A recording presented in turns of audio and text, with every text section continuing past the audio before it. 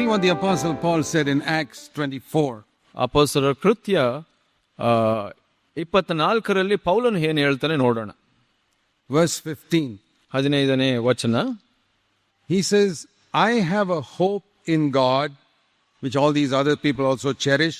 There will definitely be a resurrection of the righteous people and the wicked people. ಇದಲ್ಲದೆ ನೀತಿವಂತರಿಗೂ ಅನೀತಿವಂತರಿಗೂ ಪುನರುತ್ಥಾನವಾಗುವುದೆಂದು ಇವರು ದೇವರಲ್ಲಿ ನಿರೀಕ್ಷೆ ಇಟ್ಟಿರುವ ಪ್ರಕಾರವೇ ನಾನು ನಿರೀಕ್ಷೆ ಉಳ್ಳವನಾಗಿದ್ದೇನೆ. First the righteous will be resurrected, then the wicked will be resurrected.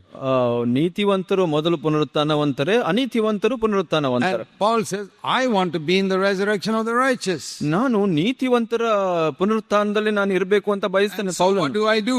ಅದಕ್ಕೆ ನಾನು ಏನ್ ಮಾಡಬೇಕು? Because of this, ಆದ್ರಿಂದ verse 16, 16ನೇ ವಚನ, I do my best to keep a clear conscience not only before God but also before men. ಇದರ ದೆಸೆಯಿಂದ ದೇವರ ವಿಷಯದಲ್ಲಿಯೂ ಮನುಷ್ಯರ ವಿಷಯದಲ್ಲೂ ನಾನು ನಿರ್ದೋಷಿ ಎಂದು ಸಾಕ್ಷಿ ಹೇಳುವ ಮನಸ್ಸು ನನಗೆ ಯಾವಾಗಲೂ ಇರಬೇಕೆಂದು ಅಭ್ಯಾಸ ಮಾಡುತ್ತಿದ್ದೇನೆ. Okay, maybe I did not slap this brother.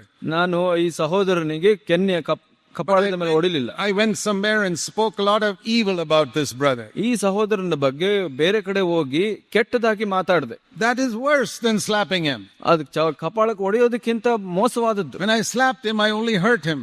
ನಾನು ಕಪಾಳಕ್ಕೆ ಹೊಡೆದಾಗ ಅವನಿಗೆ ನೋವು ಮಾಡಿದೆ. When I spoke evil about him, I was murdering his reputation. ನಾನು ಬೇರೆಯವ್ರ ಹತ್ರ ಈತನ ಬಗ್ಗೆ ಕೆಟ್ಟದಾಗಿ ಹೇಳುವಾಗ ಆತನ ಒಳ್ಳೆತನನ್ನ ನಾನು ಕೆಡಿಸ್ತಾ ಇದ್ದೀನಿ, ಅವನು ಸಾಯಿಸ್ತಾ ಇದ್ದೀನಿ. Which is worse, to slap a person or to kill a person? ಅವನ ಕಪಾಳಕ್ಕೆ ಹೊಡೆಯೋದು ಕೆಟ್ಟದ್ದ, ಆತನನ್ನ ಸಾಯಿಸೋದು ಕೆಟ್ಟದ್ದ? Some of you will never slap anybody. ಕೆಲವರು ಯಾರಿಗೂ ಕಪಾಳಕ್ಕೆ ಹೊಡೆಯೋದಿಲ್ಲ. But you can go behind his back and kill his reputation by telling all types of stories about him. ನೀವು ಇನ್ನೊಬ್ಬರ ಬಳಿಗೆ ಹೋಗಿ ಆತನ ಬಗ್ಗೆ ಕೆಟ್ಟದಾಗ ಮಾತಾಡಿ ಆತನ ಮರ್ಯಾದೆಯನ್ನ ಸಾಯಿಸುವಂತ ಕೆಲಸವನ್ನ ಮಾಡಬಹುದು. You think that is not on the videotape? ನೀವು ಅನ್ಕೊಂತೀರಾ ಅದು ವಿಡಿಯೋ ಟೇಪ್ ಅಲ್ಲಿ ಇರಲ್ಲ ಅಂತ? It's there. ಅದಿದೆ. How you murdered somebody's reputation. ಬೇರೆಯವರ ಮರ್ಯಾದೆಯನ್ನ ಹೇಗೆ ಸಾಯಿಸಿದಿರಾ ಅದು ಇದೆ. What all you whispered into people's ear. ಬೇರೆಯವರ ಕಿವಿಯಲ್ಲಿ ಏನೆಲ್ಲ ಹೇಳಿದಿರ ಅದೆಲ್ಲ ಇದೆ. That day it will come out. ಆ ದಿವಸ ಅದೆಲ್ಲ ಬರುತ್ತೆ. But if I have confessed it, ಆದ್ರೆ ಅದನ್ನ ಅರಿಕೆ ಮಾಡಿದ್ರೆ and asked forgiveness, ಕ್ಷಮೆ ಕೇಳಿದ್ರೆ and repented, ಅದರಿಂದ ಮಾನಸಾಂತರ ಪಟ್ಟಿದ್ರೆ God will wipe it out. ದೇವರು ಅದನ್ನ ಅಳಿಸಿಬಿಡ್ತಾರೆ. It says here, I've got to keep a good conscience not only before God but before men also. ಇಲ್ಲಿ ಪೌಲನ್ ಹೇಳ್ತಾರೆ, ಮನುಷ್ಯರ ಮುಂದೆ ಮಾತ್ರ ಅಲ್ಲ ದೇವರ ಮುಂದೆನೂ ಒಳ್ಳೆಯ ಮನಸಾಕ್ಷಿ ಇಡ್ಲಿಕ್ಕೆ ನಾನು ಅಭ್ಯಾಸ ಮಾಡ್ತೀನಿ ಅಂತ. It's very easy to confess to God. ಇದು ದೇವರ ಹತ್ರ ಅರಿಕೆ ಮಾಡೋದು ಬಹಳ ಸುಲಭ. But to confess to men, ಮನುಷ್ಯರಿಗೆ ಅರಿಕೆ ಮಾಡೋದು. Let me ask you a question. ನಾನು ಒಂದು ಪ್ರಶ್ನೆ ಕೇಳ್ತೀನಿ. When you get angry with your wife, ನೀವು ಹೆಂಡತಿ ಜೊತೆ ಕೋಪ ಮಾಡ್ಕೊಂಡ್ರೆ, is it easier to ask God forgiveness or is it easier to ask your wife's forgiveness? ದೇವರ ಹತ್ರ ಕ್ಷಮೆ ಕೇಳೋದು ಸುಲಭನಾ, ಹೆಂಡತಿ ಹತ್ರ ಕ್ಷಮೆ ಕೇಳೋದು ಸುಲಭನಾ? You husbands know the answer. ನೀವು ಗಂಡಂದಿರಿಗೆ ಇದರ ಉತ್ತರ ಗೊತ್ತಿದೆ. And what about you wives when you get angry with your husband? ಹೆಂಡತಿಯರು ಏನು ನಿಮ್ಮ ಗಂಡನ ಜೊತೆ ಕೋಪ ಮಾಡ್ಕೊಂಡಾಗ ಹೇಗೆ? Is it easier to ask God forgiveness or man's forgiveness? ದೇವರ ಹತ್ರ ಕ್ಷಮೆ ಕೇಳೋದು ಸುಲಭನಾ, ಗಂಡಂದಿರ ಹತ್ರ ಕ್ಷಮೆ ಕೇಳೋದು ಸುಲಭನಾ? You go so easily to God and say, oh God, I'm sorry, please forgive me. ದೇವರ ಹತ್ರ ಸುಲಭವಾಗಿ ಹೋಗಿ ದೇವರೇ ಕ್ಷಮಿಸಿ ಅಂತ ಹೇಳ್ಬೋದು. But you have to think and think and think and think before you go to your wife or husband and ask their forgiveness. ಆದ್ರೆ ಗಂಡನ ಅಥವಾ ಹೆಂಡತಿ ಬಳಿ ಹೋಗ್ಬೇಕಾದ್ರೆ ಯೋಚನೆ ಮಾಡಿ ಹೋಗ್ಬೇಕಾಗಿ ಬರುತ್ತೆ. Now God is an absolutely holy God. ದೇವರು ಬಹಳ ಪವಿತ್ರರು. Your husband and your wife are sinners. ನಿಮ್ಮ ಗಂಡ ಅಥವಾ ಹೆಂಡತಿ ಪಾಪಿಗಳು. How is it you find it easier to ask forgiveness from a holy God and difficult to ask forgiveness from a sinner? ಹೇಗೆ ಆ ಪವಿತ್ರ ದೇವರ ಹತ್ರ ಸರಾಗವಾಗಿ ಕ್ಷಮೆ ಕೇಳಬಹುದು, ಪಾಪಿಗಳ ಹತ್ರ ಹೋಗಿ ಕ್ಷಮೆ ಕೇಳೋದು ಕಷ್ಟ? I'll tell you why. ಯಾಕೆ ಅಂತ ನಾನು ಹೇಳ್ತೀನಿ. Because you're not really going to God.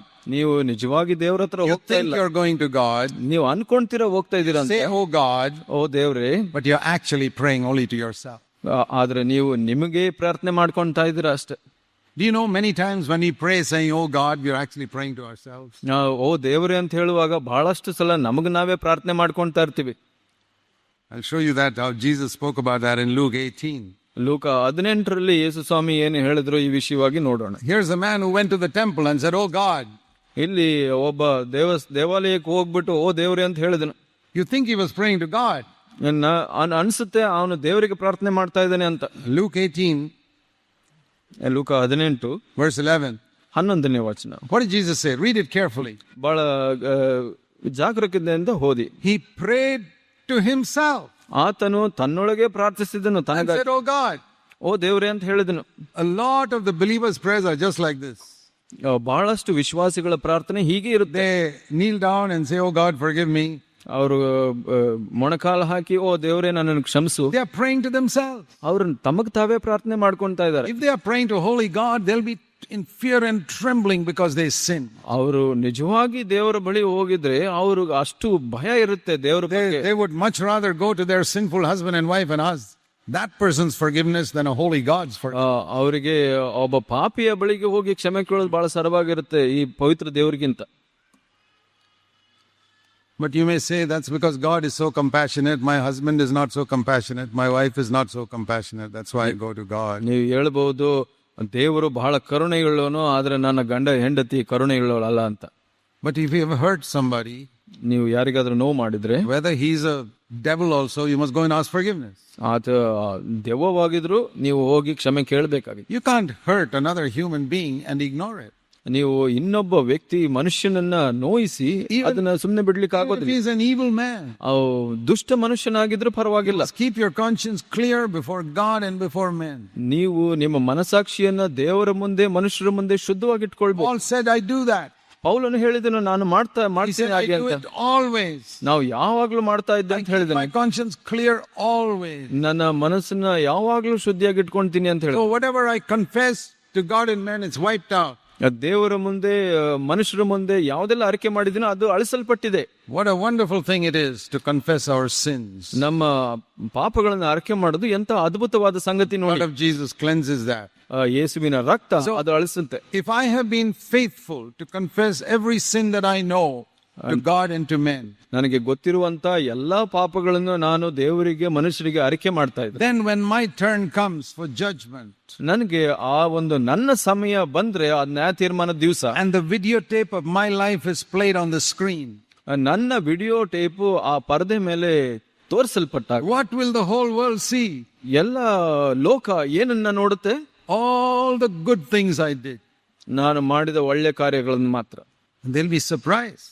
ಅವ್ರು ಬಹಳ ಆಶ್ಚರ್ಯ ಆಗುತ್ತೆ. How this man lived such a good life. He never did one bad thing. ಅವನು ಏನು ಎಂತ ಒಳ್ಳೆ ಮನುಷ್ಯ, ಇವನು ಎಂತ ಯಾವ ಕೆಟ್ಟ ಕೆಲಸನೂ ಮಾಡಿಲ್ಲಲ್ಲ, ಬರೀ ಒಳ್ಳೆ ಕೆಲಸ ಮಾಡಿದನಲ್ಲ ಅಂತ.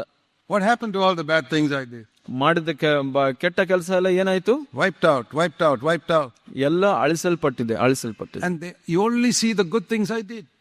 ನಾನು ಮಾಡಿದ ಒಳ್ಳೆ ಕಾರ್ಯಗಳನ್ನು ಮಾತ್ರ ಅವ್ರು ನೋಡ್ತಾರೆ. If I'm faithful ನಾನು to confess all my sins, ಎಲ್ಲ ಪಾಪಗಳನ್ನ ಅರಿಕೆ ಮಾಡೋದ್ರಲ್ಲಿ ನಂಬಿಗಸ್ತನಾಗಿದ್ರೆ, look at all the 74 years of my life, you'll see I only did good things. I never did one bad thing. ಆ ಒಂದು 74 ವರ್ಷಗಳ ಕಾಲದಲ್ಲಿ ನಾನು ಮಾಡಿರೋದೆಲ್ಲ ಒಳ್ಳೆ ಕೆಲಸನ ಅಂತ ನೋಡ್ತಾರೆ ಅವರು. Isn't this good news? ಇದು ಶುಭ ಸಂದೇಶವಲ್ವಾ? It only requires humility to acknowledge your sin. That's all. ನಿಮ್ಮ ಪಾಪಗಳನ್ನ ಅರಿಕೆ ಮಾಡಕ್ಕೆ ದೀನತೆ ಬೇಕು ಅಷ್ಟೇ. It only requires humility to go to that person you hurt and ask forgiveness. ನೀವು ನೋಯಿಸಿದ ಆ ವ್ಯಕ್ತಿ ಹತ್ರ ಹೋಗಿ ಕ್ಷಮೆ ಕೇಳೋದಕ್ಕೆ ನಿಮಗೆ ದೀನತೆ ಬೇಕು ಅಷ್ಟೇ. But if you are too proud, ನೀವು ಅಹಂಕಾರಿಯಾಗಿದ್ರೆ, I'm an elder brother, I can't ask forgiveness. ನಾನು ಹಿರಿಯನು, ನಾನು ಹೇಗೆ ಕ್ಷಮೆ ಕೇಳಿರೋ? I have asked forgiveness from people who are younger than my youngest son. ನಾನು ನನ್ನ ಕಡೆಯ ಮಗನಿಗಿಂತ ಕಿರಿಯವರ ಹತ್ರ ಹೋಗಿ ನಾನು ಕ್ಷಮೆ ಕೇಳಿದ್ದೀನಿ. Once I had to correct a brother in the church for something. ನಾನು ಯಾವುದೋ ಒಂದು ವಿಷಯಕ್ಕೆ ಒಬ್ಬ ಸಹೋದರನ್ನ ತಿದ್ದಬೇಕಾಗಿತ್ತು. Very young brother. ಬಹಳ ಯೌವನಸ್ಥನಾಗಿದ್ದು, I spoke to him very strongly. ನಾನು ಬಹಳ ಕಠಿಣವಾಗಿ ಅವನ್ನ ತಿದ್ದಿದೆ. I went away. ನಾನು ಹೋದ ನಂತರ The Lord said to me, ಕರ್ತನು ಹೇಳಿದನು, your correction was right.